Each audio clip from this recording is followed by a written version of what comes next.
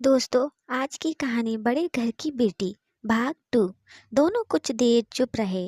ठाकुर साहब लड़के का क्रोध शांत करना चाहते थे, लेकिन यह नहीं स्वीकार करना चाहते थे कि लाल बिहारी ने कोई अनुचित काम किया है। इसी बीच में गांव के और कई सज्जन हुक्के चिलम के बहाने वहां आ बैठे। कई स्त्रियों ने जब यह सुना कि सीकंठ पत्नी के पीछे पिता से लड़ने को तैयार है, तो उन्हें बड़ा हर्ष हुआ। दोनों पक्षों की मधुर वाणियां सुनने के लिए उनकी आत्माएं तिल मिलाने लगी। गांव में कुछ ऐसे कुटिल मनुष्य भी थे जो इस कुल की नीतिपूर्ण गति पर मन ही मन जलते थे। वे कहा करते थे, सीकंठ अपने बाप से दबता है इसलिए वह दब्बू है, उसने विद्या पढ़ी इसलिए वह किताबों का कीड़ा है। बेनी माधव सिंह उसकी सलाह के बिना कोई काम नहीं करते, यह उनकी मूर्खता है। इन महानुभावों की शुभकामनाएं आज पूरी होती दिखाई दी। कोई हुक्का पीने के बहाने और कोई लगान की रसीद दिखाने आ बैठे गया। वेनी माधव सिंह पुराने आदमी थे, इन भावों को ताड़ गए। उन्होंने निश्चय किया, चाहे कुछ ही क्यों ना हो, इन द्रोहियों को ताली बजाने का अवसर ना दूंगा।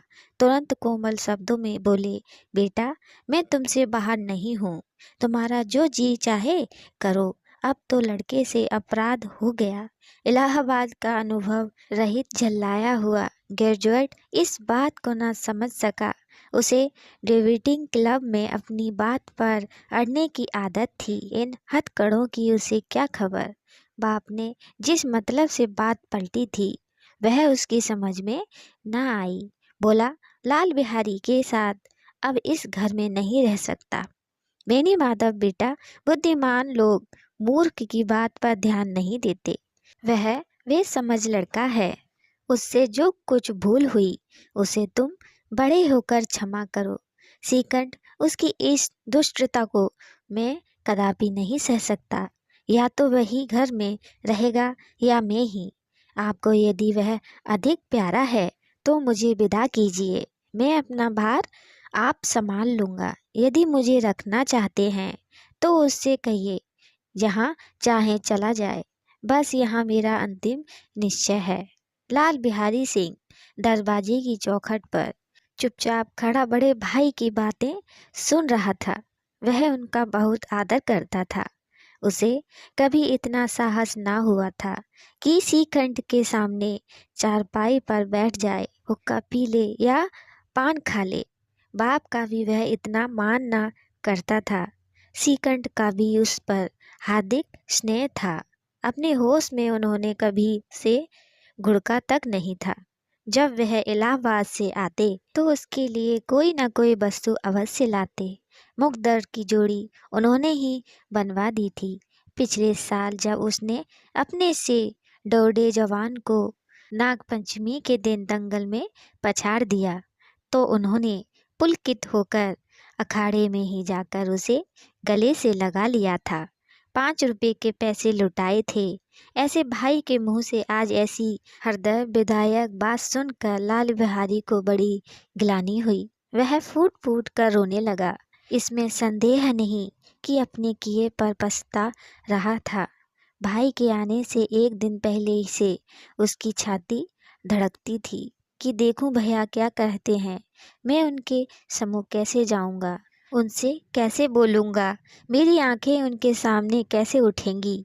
उसने समझा था कि भैया मुझे बुलाकर समझा देंगे। इस आशा के विपरीत आज उसने उन्हें निर्दयता की मूर्ति बने हुए पाया। वह मूर्ख था, परंतु उसका मन कहता था कि भैया मेरे साथ अन्याय कर रहे हैं। यदि श्रीकंठ उसे अकेले में बुलाकर 2-4 बातें कह देते, इतना ही नहीं 2-4 तमाचे भी लगा देते, तो कदाचित उसे इतना दुख ना होता। पर भाई का यह कहना कि अब मैं इसकी सूरत नहीं देखना चाहता, लाल बिहारी से सहा न गया। वह रोता हुआ घर आया। कोठरी में जाकर कपड़े पहने, आंखें पोंछी, जिससे कोई यह ना समझे कि रोता था। तब आनंदी के द्वार पर आकर बोला, भाभी भैया ने निश्चय किया है कि वह मेरे साथ इस घर में ना रहेंगे। अब वह मेरा मुंह नहीं देखना चाहते, इसलिए अब मैं जाता हूँ। उन्हें फिर मुंह ना दिखाऊंगा। मुझसे जो कुछ अपराध हुआ उसे क्षमा करना। यह कहते कहते लाल बिहारी का गला भर आया। जिस समय लाल बिहारी सिंह सिर झुकाए आनंदी के द्वार पर खड़ा था, उसी समय श्रीकंठ सिंह भी आंखें लाल किए बाहर से आए। भाई को खड़ा देखा तो घृणा से आंखें फेर ली और कतरा कर निकल गए, मानो उसकी परछाई से दूर भागते हों। आनंदी ने लाल बिहारी की शिकायत तो की थी, लेकिन अब मन में पछता रही थी। वह स्वभाव से ही दयावती थी। उसे इसका तनिक भी ध्यान न था कि बात इतनी बढ़ जाएगी। वह मन में अपने पति पर झुँझला रही थी कि यह इतने गर्म क्यों होते हैं।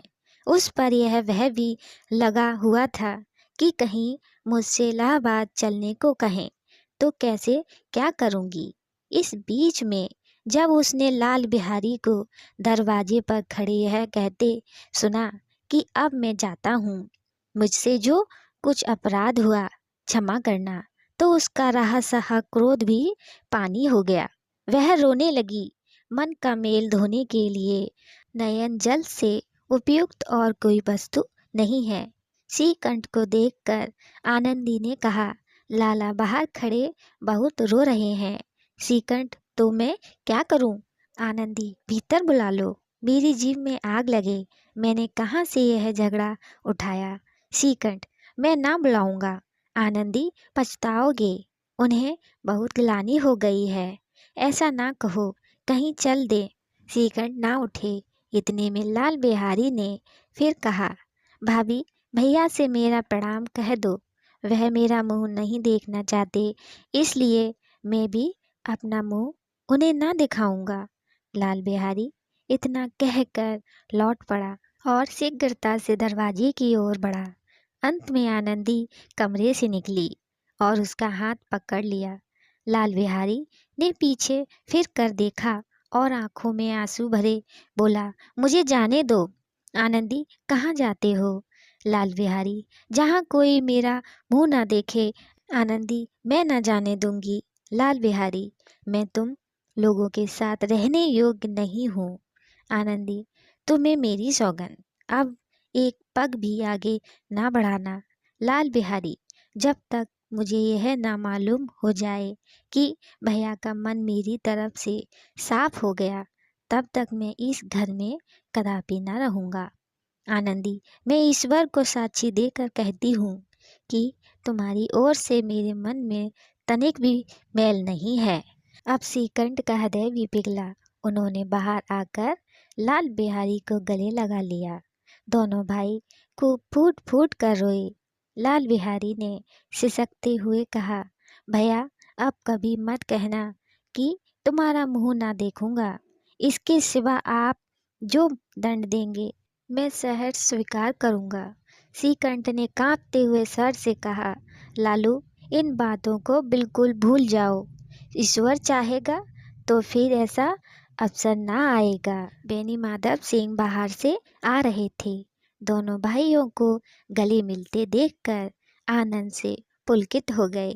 बोल उठे, बड़े घर की बेटियां ऐसी ही होती हैं, बिगड़ता हुआ काम बना लेती हैं। गांव में जिसने यह बुतंता सुना, उसी ने इन शब्दों में आनंदी की उदारता को सराहा। बड़े घर की बेटियां ऐसी ही होती हैं। दोस्तों, कहानी कैसी लगी कमेंट में बताइएगा। लाइक सब्सक्राइब भी कीजिएगा, शेयर भी कीजिएगा हमारी अगली कहानी के लिए। राधे राधे।